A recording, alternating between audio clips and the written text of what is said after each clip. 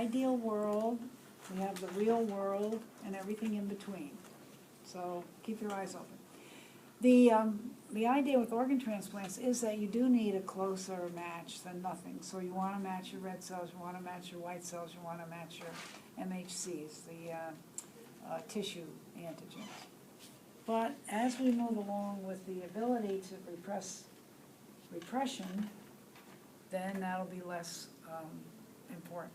In other words, if they can control rejection with drugs, then almost any organ would do. So I think probably some of you have on your driver's license something that says that you are an organ donor, do you? You have that? It's a big red patch on your driver's license. Well, if you do, here's a little piece of advice from Grandma. If anybody ever asks to see your license to verify a check or anything that you want to cash or pay for, keep your freaking thumb over that red patch. You know what I'm saying? Because if we get to the point where all organs will work, you better watch how you step off the curb. People are going to be mowed down and their organs taken. People have been kidnapped from bars, drugged and kidnapped from bars, and they've woken up in motels out in Long Island with one kidney missing because they're looking for a phenotype. They're looking for a phenotype. So if I am ever asked for verification, I do keep my thumb over my red patch. What are you doing? Oh, hi. Just checking on my kids. Okay. Just wondered. Oh, okay. I keep my finger over the red patch because at this point in life, if I present my license to somebody and I get this,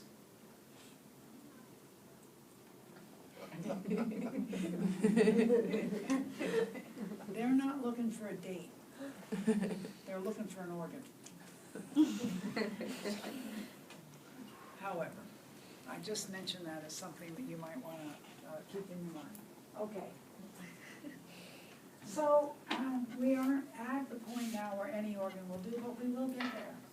And have you been to the Bodies exhibit down at the South Street Seaport? Yeah. Did you ever wonder where they come from? How come they look so damn healthy? People don't usually die in robust health.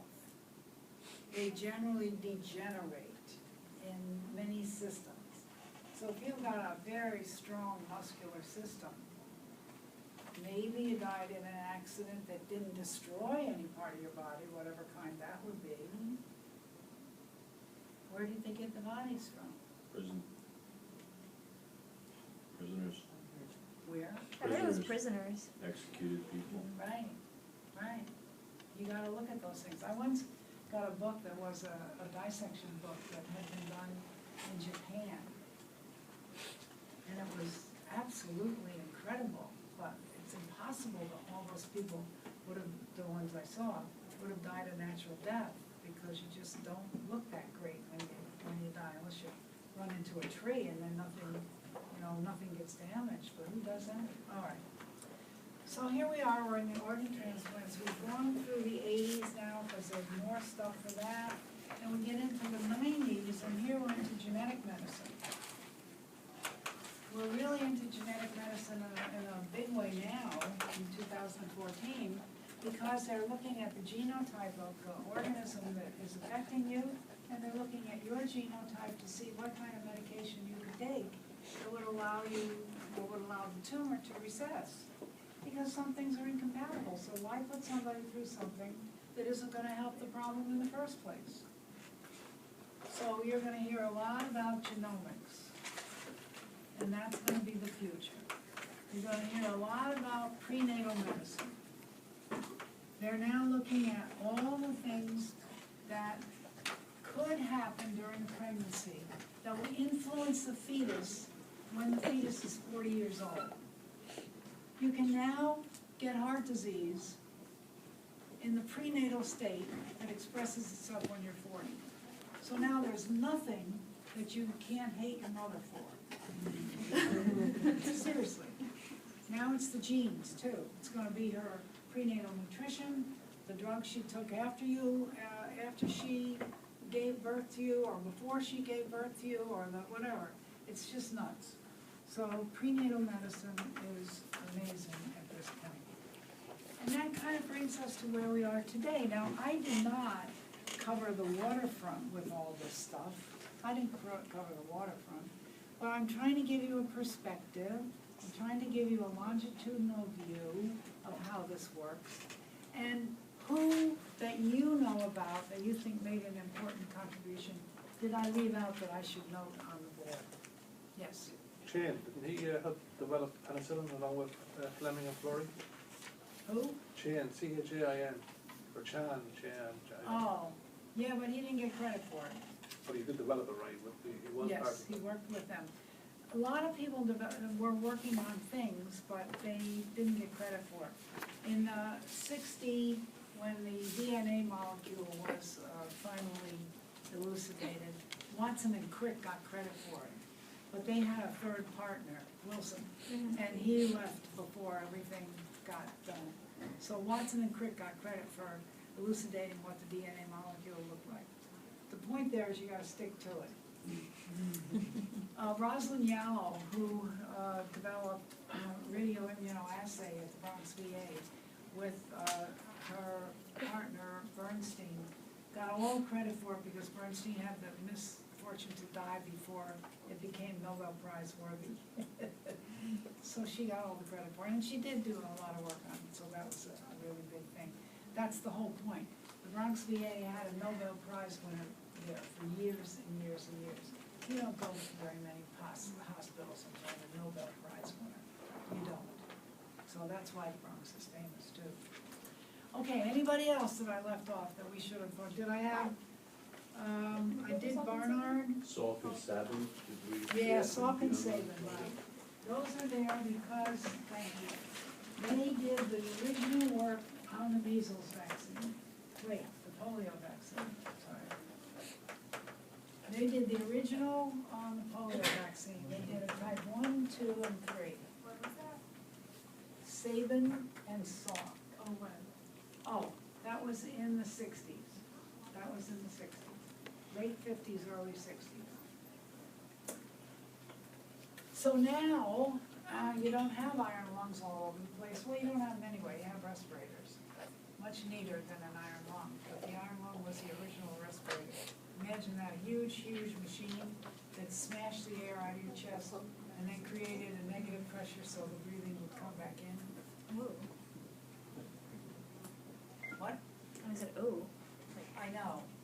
A respirator is a much more constricted machine than it used to be.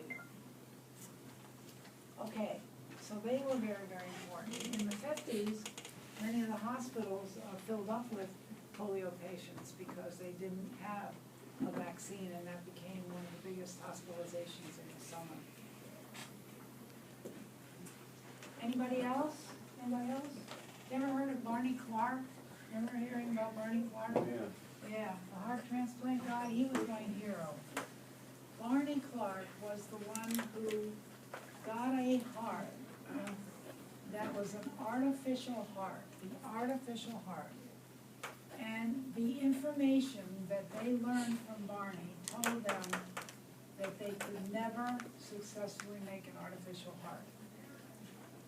The artificial nature of the material stimulated clotting, because that's what happens when you get stuff in your body. It stimulates a clot. That's how your body seals it off. So they had such a problem with him having thrombi in various parts of his body that they would have to dissolve with clot busters and anticoagulants, that he went from hemorrhaging to clotting over and over again until he passed away. But they learned so much from him. They have tried artificial hearts. I know Dick Cheney has a ventricular assist machine to help his ventricle contract, but it's not the same thing. It's just more external than it is internal. So this guy proved the whole field of science in the direction that it should go in, and it was just amazing. He was a dentist. He was very large. They had to make a huge heart. They tried other hearts, and a couple of them went into chests that were too small, and they couldn't close the chest, and the chest kept breaking open. I thought that was pretty dumb, but that's what happened, yes. Christian Barnard, right? I know you used to have organ transplants down there, I was out of the room for that. Oh, heart transplant, first heart transplant in Australia. Couldn't get it. Was it Australia or was it South Africa? Oh, South Africa, I'm sorry, South Africa. Couldn't get it through the FDA here. And there is, I can't think of the guy's name, but there is they just approved the theory recently here in the United States, which is a ventricular reduction.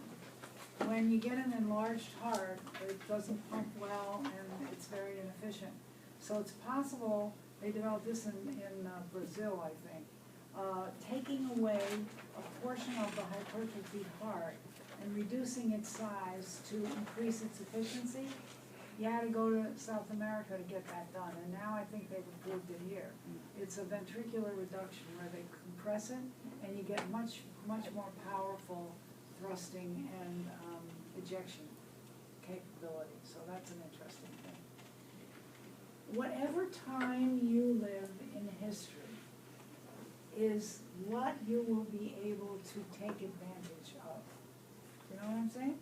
If you need something and it hasn't been developed yet, you're out of luck. But if you need something and it has been developed, then you profit by that. So you think, well, what does that have to do with me? Well, it has a lot to do with you. Because you want to stay in your best state of health. And I'm not talking about the Dr. Oz state of health.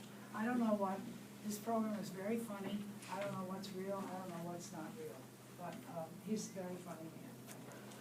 So pay attention to what's going on in medicine